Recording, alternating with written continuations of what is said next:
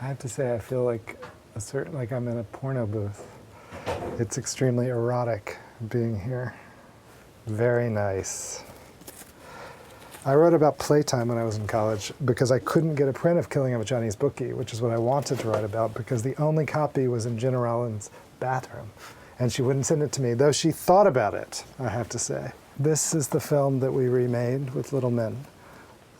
So this is one of two films that Ozu made. This was in the 50s, and in the 30s he made another film called I Was Born But. And they're both about kids who go on strike against their parents.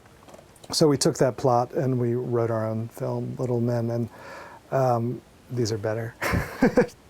It's interesting because going to a library is such a private experience. Like, I could just hang out here, but it's I'm going to try to talk it up. Francesco Rossi, great filmmaker who should be in the list of Pasolini, Visconti, Fellini, but no one knows Rossi, except thanks to the Walter Reed, I do. I do not have Cirque.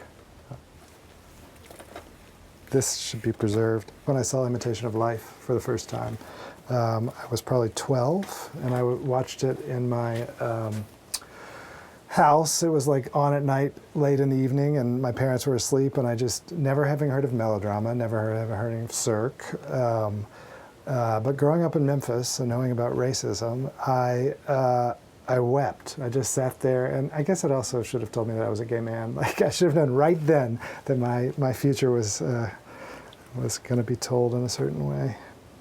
This film and The Soft Skin, which you also have somewhere, were both these love triangles that taught me everything I need to know about pain. I have not seen Shoah since I took a class from Shoshana Feldman, who wrote a whole book on my class in college.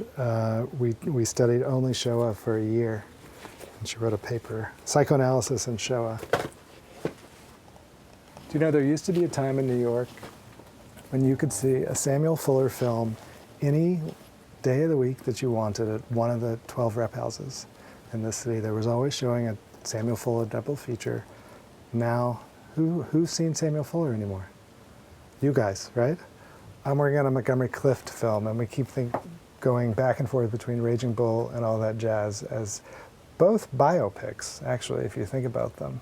Goodfellas is also a biopic, and they're each, somehow you kind of, because you don't know the person that they're about, you kind of have this freedom of storytelling that is incredible. This film is obviously the manic version of an individual's life.